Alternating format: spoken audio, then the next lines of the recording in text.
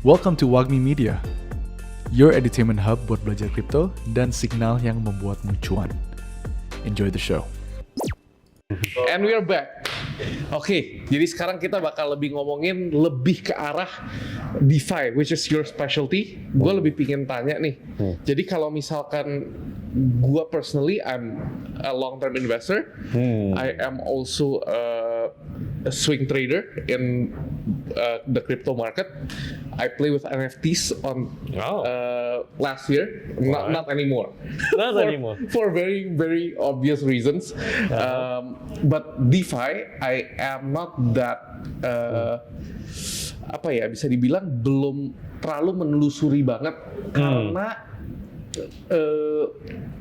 I'm a bit more focused on the other aspects of crypto, which generates, shall I say, a more aggressive yield. So, why do people? What's your attraction towards DeFi? Kayak kenapa sih ke DeFi itu menarik gitu? Oke. Tanya balik. Maksudnya yang different aspek yang bisa menghasilkan lebih banyak itu maksudnya apa? Directional trading gitu. Directional trading, yes. Directional trading. Futures, spot, even leverage ya. Leverage atau sebenarnya ini DeFi sih. Buying micro cap coins using Uniswap, all that stuff. Okay. So, in a way, you also do DeFi, pasti, ya kan? Yes. Pasti DeFi gitu. Cuman mungkin kalau kendala dengan DeFi adalah DeFi is a jungle. I would say that. Yeah, for sure DeFi is a jungle. Why do you say it like a jungle? Ya. Mungkin bisa dibilang DeFi is a jungle karena ini benar-benar banyak banget yang kalau kita ngomong DeFi ini, definisi DeFi itu apa aja? Ya kan? Let's start there. What's the definition of DeFi? Ya, kita mulai dari definisinya aja ya. DeFi itu decentralized finance, ya kan? Dan decentralized finance itu means everything financial that you do in a decentralized way itu DeFi sebenarnya. Ya kan? Jadi mulai dari swap. Ya, jadi sebenarnya gue beli token pakai address langsung itu DeFi ya? Itu DeFi ya kan? The most basic finance kan ya jual beli. Ya, aktivitas finansial yang paling sederhana kan ya jual beli. Tuh. Nah, habis jual beli, wah nggak punya duit, gua mau beli, pinjam, borrow lending itu juga DeFi. Ya, bedanya kalau sama pinjol di dunia asli apa? Bedanya apa sama pinjol di dunia asli? Mungkin kalau konteksnya 2023 Indonesia adalah P2P lending, ya kan? Ya kan? Maksudnya itu kan di situ ya, P2P lending. Bedanya kalau jadi ini mungkin sedikit side topic. Jadi kalau kita ngomongin tentang lending, itu kan biasanya ada yang productive lending, ada juga yang consumption lending. Yes. Ya kan, kalau produktif itu misalnya, gua mau bikin toko, kurang modal, untuk modal 50 juta, kurang modal, gitu. Pergilah ke bank, dijaminkanlah rumah. Dapat duit 50 juta bisa dipakai untuk gedein toko, nanti tokonya jalan, bisa balikin. Ini productive lending ya? Itu productive lending. Consumption lending, misalnya, I like your hat, I cannot afford it, pakai pay later. Misalnya, ya kan? Iya. Ya misalnya, itu consumption gitu kan. Nggak salah nggak? Ya nggak juga, ya kan kalau bisa dibayar ya nggak salah. Kalau mampu bayar ya nggak salah kan, gitu kan. Mungkin bayarnya nanti, bayar bunga doesn't matter gitu kan, karena ya namanya pinjaman ya kan. Nah, bedanya mungkin kalau di kripto sekarang borrow lending itu sebagian besar yang ada itu over collateral. Over collateral itu artinya ada kolateralnya di belakangnya. Ya. Nah, jadi mungkin lebih mirip seperti productive lending, yang dimana biasanya di belakangnya ada kolateralnya. Jaminannya apa? Jaminannya rumah, tanah, kontrak. Jadi misalnya Bro Lawrence DeFi protokolnya nih, gue mau minjem tapi aset yang gue punya 2 Ethereum, mungkin gue Yeah. cuma bisa dapatnya 1 Ethereum karena gue harus over collateralize my assets. Exactly. Sama kan? Rumahnya mungkin value-nya 100 juta. Iya. Tapi pinjamnya berapa? Bukan 100 juta dong. Ya, dapat pinjamannya mungkin 50 juta. Ya sebenarnya sama. Gitu. Jadi seperti itu. Cuman kalau di sini kolateralnya adalah apa? Kolateralnya juga adalah kripto itu sendiri. Ya, misalnya tadi mau pinjam, ya bukan pinjam Ethereum ya, misalnya modalnya Ethereum bisa pinjam USDC atau USDT seperti itu. Atau Kenapa bahkan sih kalau NFT. orang mau Ya. melakukan itu tuh buat apa sih? Misalnya gini, I'm a big believer on Ethereum. Ya. Misalnya. I think we all do, right? I hope. Ya, kita percaya dengan Ethereum ini best protocol ever, ya kan? Atau mungkin kita percaya kalau ya ini intinya saya nggak mau jual ini sekarang, ya kan? Tapi lagi BU, lagi butuh duit, Ya. ya kan? Yakin kalau saya bisa bayar ini balik, ya kan? Jadi kita pakai ini dong protokol. Ethereum-nya kita lock, kita pinjam USDT secukupnya. Nanti kalau udah balik ya dipakai untuk tebus, balik lagi. Ya. Semuanya itu happen in a smart contract. Smart contract way, Nggak ada orang perantara yang Exactly. bayar gitu, nggak ada. nggak ada. Semuanya udah jelas dari awal maunya bayar seperti apa, kenanya berapa, itu semua udah bisa Jadi dibilang udah. sebenarnya pinjol di masa depan mungkin bisa hilang ya kalau misalkan kripto lebih terkenal dengan borrowing and lending protocol. Hilang, I don't know.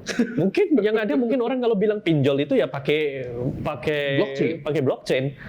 Lebih aman dan juga save human capital.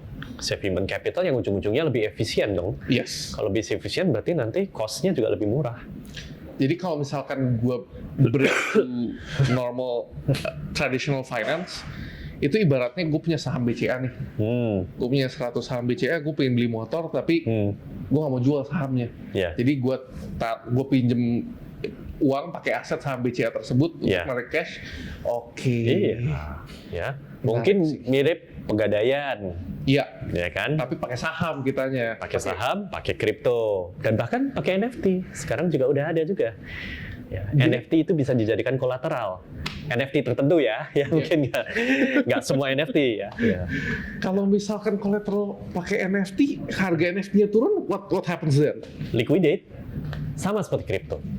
Liquidity itu diambil sama protokolnya. Iya, dijual, ya kan? Atau misalnya kayak gini kan, punya sepeda kesayangan atau bukan dengan sepeda lah, mungkin perhiasan, Ya. kan? Ada perhiasan, gelang, cincin dari emas, bawa ke pegadaian, saya mau gadaikan ini supaya saya bisa punya cash. Ya. Digadaikanlah, dapatlah uang 1 juta rupiah, katakanlah, ya kan? Oke. Orangnya datang balik, saya nggak ada duit, saya nggak bakalan bisa ini. Ya intinya gimana bisa mendapatkan keringanan, ya kan? Ya udah, yang ada adalah diliquidate kan, Jual harga pasar. dijual harga pasar. Kalau ada lebih di luar kontrak ya mungkin akan dapat kembalian, tapi jika enggak ya udah selesai. Ini adalah resikonya si pegadaian karena dia memberikan pinjaman dengan kolateral itu, gitu. Oke, kita masuk ke controversial topic sedikit. Ya, One of the reasons kenapa gue left the NFT industry and market is because of that borrowing and lending protocol, di mana banyak orang tuh participate in, shall I say, more degenerate investments, di mana mereka tuh borrow against their own NFTs. What do you think of that? Kayak menurut lu apakah filosofinya borrowing lending pakai NFT itu ngancurin NFT market, or is it actually not? Seharusnya enggak. sisi gelapnya kebebasan adalah it's always two sides of a coin, Iya. ya kan?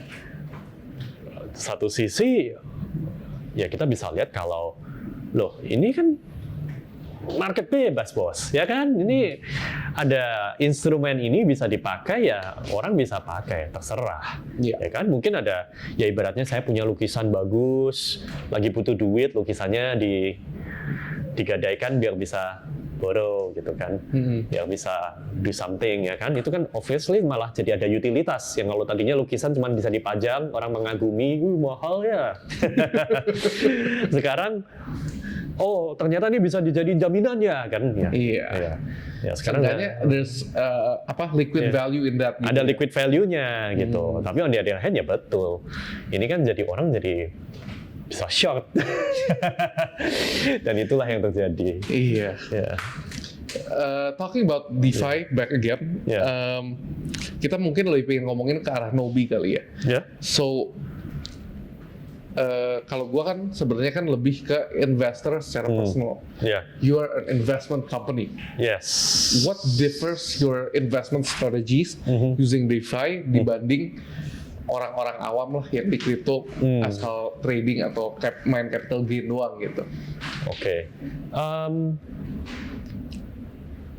One of our vision itu adalah supaya semua orang bisa berinvestasi kripto dengan aman.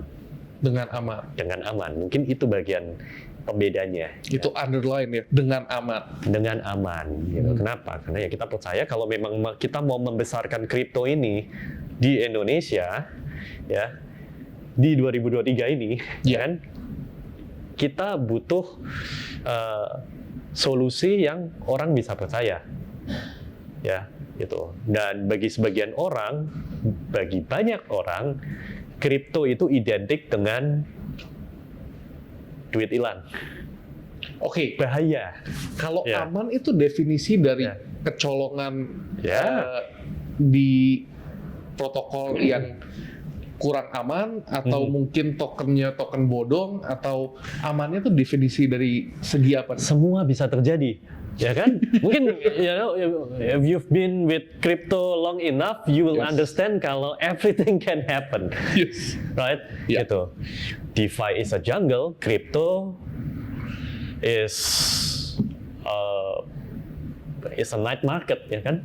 Semua bisa terjadi, ya kan? Ada orang yang ya kita tahu ada, mungkin kita lihat berapa tahun lalu kan, waktu zamannya koin tiba-tiba bisa muncul koin yang di fork, ya kan? Ethereum klasik, Ethereum Gold, ya kan? Bitcoin Gold, Bitcoin ABC, masih ada nggak itu? Bitcoin klasik, BCH tuh Bitcoin Cash. Bitcoin Cash, iya. Klasik, yang mana ya kan? Dan bagi investor yang baru masuk ke kripto, scary man, mau beli Bitcoin aja bingung nih, Bitcoinnya ada banyak bener, ya kan? Kayak banyak KW-nya ya? KW-nya kan gitu, terus nama-namanya juga susah, mirip-mirip atau nggak jelas, ya kan? Nah jadi emang anything can happen. Gitu.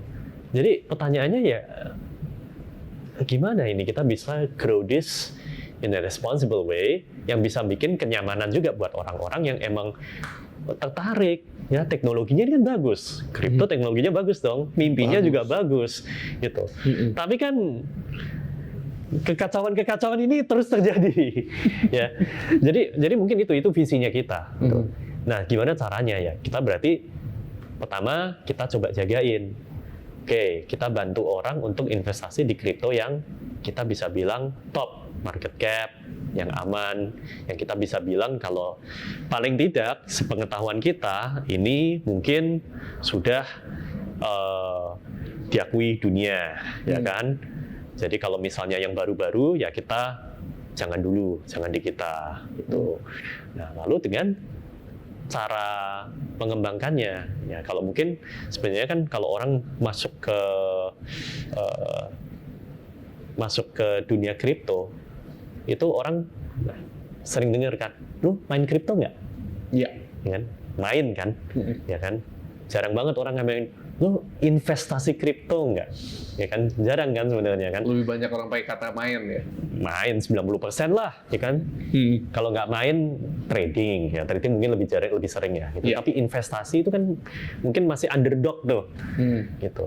Nah, jadi yang sebenarnya yang kita berusaha adalah serving market orang-orang yang mau melakukan trading dan investasi ini, dan especially ya investasi ini yang sekarang masih underdog banget gitu. Mungkin nggak semua orang punya waktu, nggak semua orang punya knowledge belum tentu punya waktu, Betul. punya duit belum tentu punya knowledge, punya waktu juga. Gitu. Iya. Nah, jadi kita berusaha serving semua market itu. Gitu. Gimana kita bisa bantu lah dengan produk-produk, dengan layanan-layanan yang kita rasa make sense dan bisa bantu mereka untuk masuk ke kripto. Tuh. Nah, kalau misalkan orang yang jadi kliennya Nobi untuk asset management, ini buat yang belum tahu, Nobi kan kalau misalkan kalian pernah pakai exchange-nya, di belakangnya tuh sebenarnya tuh ada, it's like the tip of the iceberg, bawahnya tuh sebenarnya tuh asset management ya. Ya. Gimana sih kalau mau ikut Nobi, misalkan gue pengen ikut Nobi? Ya, asset management itu bisa dibilang bottom layer-nya ya. Kita yang menopang perusahaan, ya. Tapi dari situ kan sebenarnya ada banyak sekali layanan-layanan. Ya, mungkin yang kalau di aplikasi yang langsung kelihatan adalah Nobi Earn. Ya, di mana Nobi Earn itu kita bisa memberikan yield. Ya, yieldnya datang dari mana? Yieldnya ini real. Real dari kita melakukan yang namanya market neutral trading. Gitu. Apa tuh market neutral trading? Ya, market neutral trading ini basically gimana cara kita mengolah kripto secara aman. Jadi kita tidak mengambil directional position. Ya, directional position itu apa? Misalnya nih, gitu. Oh, saya punya rupiah, mau mungkin jangan rupiah ya. Saya punya USDT. Ya. Saya punya USDT. Saya pengen bisa dapat yield dari USDT-nya ini. Nah, USDT-nya ini saya belikan Bitcoin. Bitcoin naik, saya jual. Ya Itu kan? directional. Itu directional. Gitu. Kenapa itu directional? Karena kita punya conviction kalau harganya ini bakal naik. Kita punya kepercayaan kalau harganya ini bakal naik. Jadi kita mengambil arah tersebut, ya kan? Naik, gitu kan? Naik, jadi kita beli itu, ya kan? Ya mungkin kalau futures trading long, ya kan? Ya kan? Long, it's okay, gitu ya. Gitu. Nah, tapi kalau kita ngomongin tentang market netral itu kita menerapkan cara-cara di mana, oh kalau kita naik, kalau kita menebak harga naik, kita juga jagain harganya kalau turun gimana, hedging gitu. Nah, jadi bisa dibilang beli Bitcoin terus short, 1:1 gitu. Nggak selalu 1:1. Nggak selalu 1:1. Tapi dari situ di yang kita melakukan itu biasa ada spreadnya. Nah, spreadnya itu yang sebenarnya kita cari. Dan itu yang bisa menjadi jadi yieldnya tersebut. Gitu. Kayaknya investor kripto yang baru-baru pada nggak pasti pernah loss. pakai, nggak pernah pakai market neutral ya? Kebanyakan enggak. Ya emang iya. Saya juga awal-awal juga nggak pernah melakukan itu, ya kan. Dan sebenarnya itu adalah teknik yang mungkin bisa dibilang lebih advance, ya kan. Jadi mungkin awalnya belajar spot, ya kan. Kalau belajar investasi langsung atau belajar trading ya, langsung main futures kan ya pasti udah pasti habis. Bye-bye kan, langsung bye-bye semua gitu kan. Ya jadi mulai spot. Habis spot mungkin margin, terus habis itu main futures. Gitu. Nah mungkin dari situ next levelnya adalah ini ternyata semua sangat berisiko. Gimana cara kita turunkan risiko itu? Dan kalau market neutral itu pertanyaannya gimana caranya supaya kita nggak ada risiko? Nggak ada. Nol. Ya. Nggak ada risiko tapi ada reward. Ada. Ya justru itu susahnya. Itu di mana Nobi shines lah ya. Ya di situ kita berusaha untuk memberikan yang terbaiknya ya dari gara-gara kita melakukan itu.